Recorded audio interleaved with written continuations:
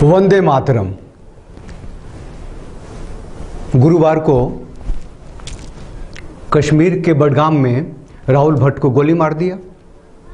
अकेली तो भैया मैं रह ही गई हूँ, मेरे साथ ही सबसे कोई नहीं है, मेरा वही था बस। हम कहते हैं जिस तरीके से कश्मीरी पंडित को ये रिहैबिलिटेशन के नाम पे यहाँ बलि का बकरा बना के रखा है, सियासत का बकरा बना के रखा गया है, ये हमें मंजूर नहीं। अब मार इसीलिए दिया कि हक है उनका, कश्मीर उनकी जमीन है। तहसील ऑफिस में मारा जाके, जाहिर है जिहादियों ने मारा, जिसे हम जिहादी कहते हैं, जिसे आतंकी कहते हैं, इस्लामिक जिहादी कहते हैं, उसने मारा।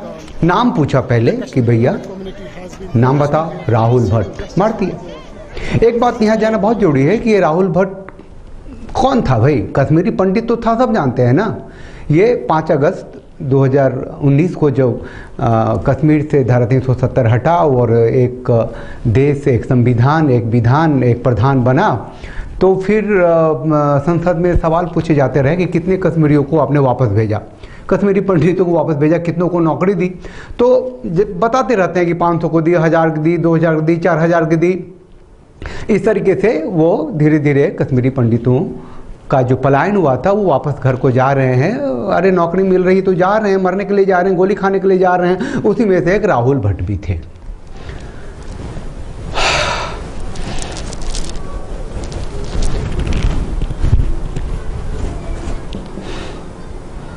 उनका दाह संस्कार भी हो गया। लोगों का गुस्सा था, सड़कों पे आए। मिलना था एलजी मनोज सिन्हा से, लेफ्टिनेंट जनरल मनोज सिन्हा।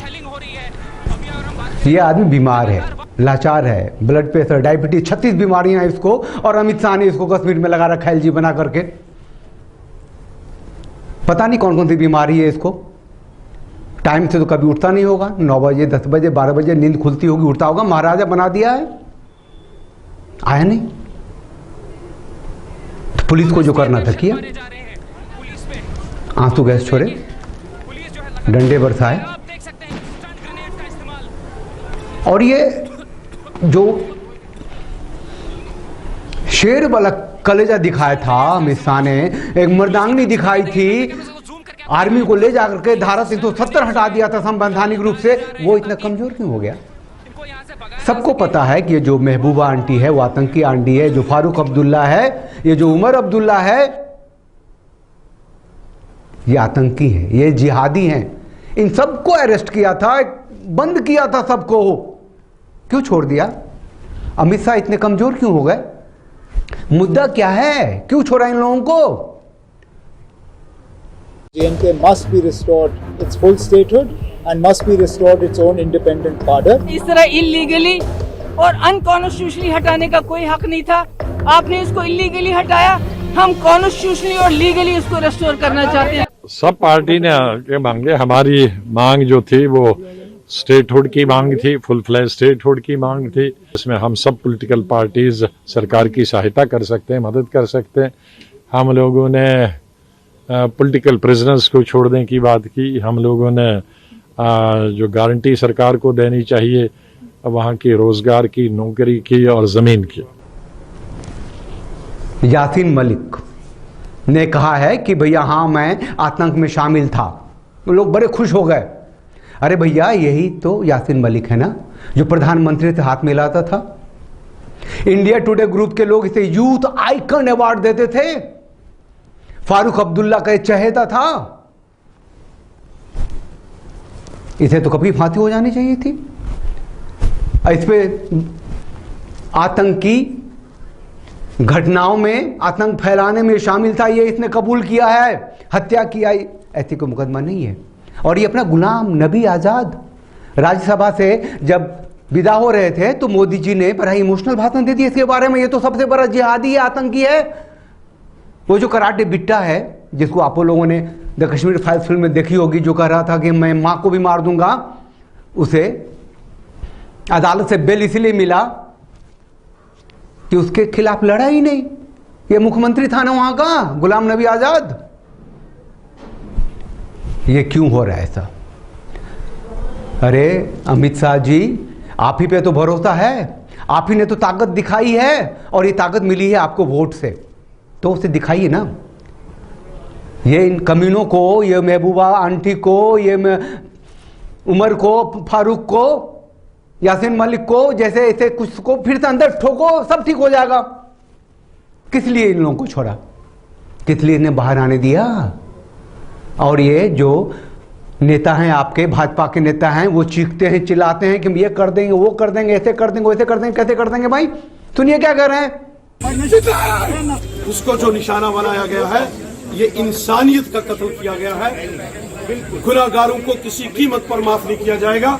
हमारी सेना, हमारी पुलिस और पैरामिलिट्री फोर्सेस के जवानों ने कश्मीर घाटी के अंदर जितने भी आतंकवादियों के बड़े आतंकी सरगना हैं, उनको पहले ही मौत के घाट उतार दिया है।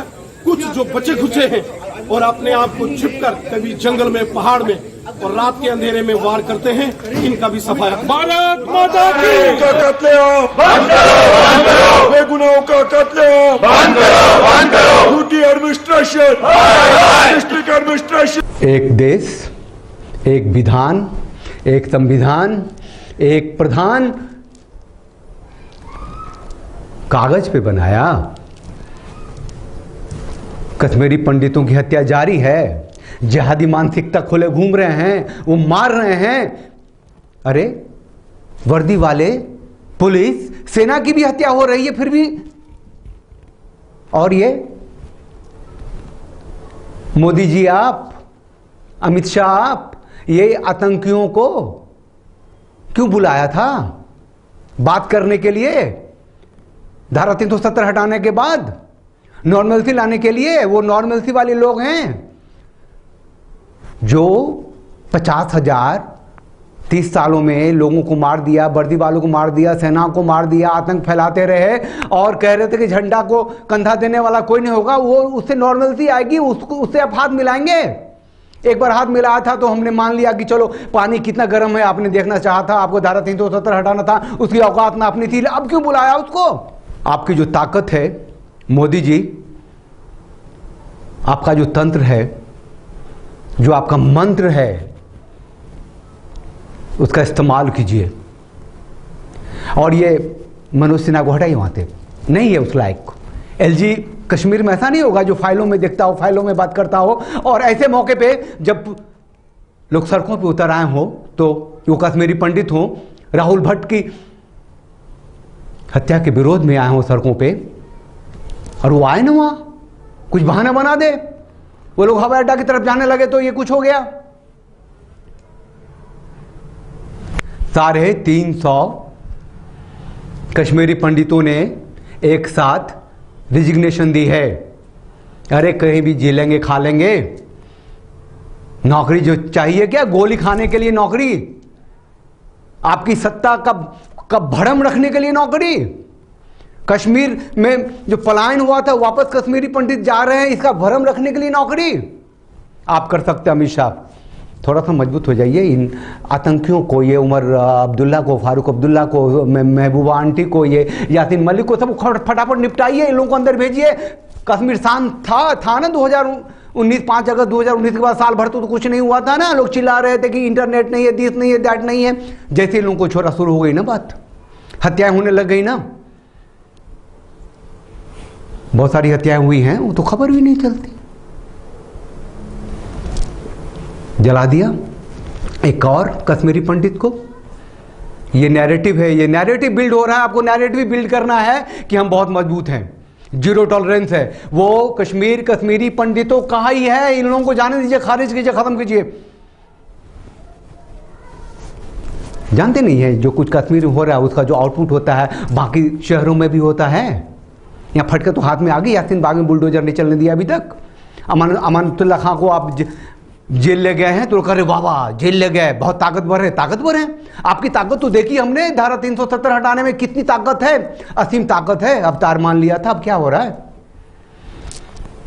देखिए हम राष्ट्रवादी हैं, इमोशनल हो रहे हैं, चार्ज हो गए हैं, दर्द भी है बहुत। आपके सामने रोने से तो बात बनेगी नहीं। जो मैसेज देना था हमने दिया है। अभी चैनल को लाइक कीजिए, शेयर कीजिए, सब्सक्राइब कीजिए, अमित शाह तक पहुंचाइए कि मनोज सिन्हा को वहां से हटाए और जीरो टॉलरेंस की पद्धति अपनाए और एक भी कश्मीरी पंडित को खरोच तक नहीं आनी चाहिए। कश्मीरी पंडित कह रहा हूं मैं, बाकी को जो होना चाहे हो जाए। जो आतंकी लोग घूम रहे हैं उन्हें अंदर कीजिए जल्दी फटाफट। वो नेता नहीं है वो लोग, अगर नेता होते तो देश के विरुद्ध काम नहीं करते, अभी भी कर रहे हैं। फारूक अब्दुल्ला पागल, उसने तो कह दिया कि चाइना से होगा तो दोस्ती कर लेंगे, कश्मीर 370 अगर वापस आएगा तो। ये मतलब इतने बड़े हैं, हम तो बहुत छोटे हैं, आपकी सोच तो बहुत दूर तक जाती है। इन लोगों को क्यों खुले छोड़ा हुआ है? कश्मीरी पंडित हैं, हिंदू हैं, हिंदू राष्ट्र हैं, हिंदू राष्ट्र के प्रतीक हैं। उनकी सुरक्षा नहीं हुई तो देश की सुरक्षा नहीं होगी। भारत माता की जय, वंदे मातरम, जय Bharat. Thanks for watching. Drop a like, leave a comment, and don't forget to subscribe to watch more videos like this.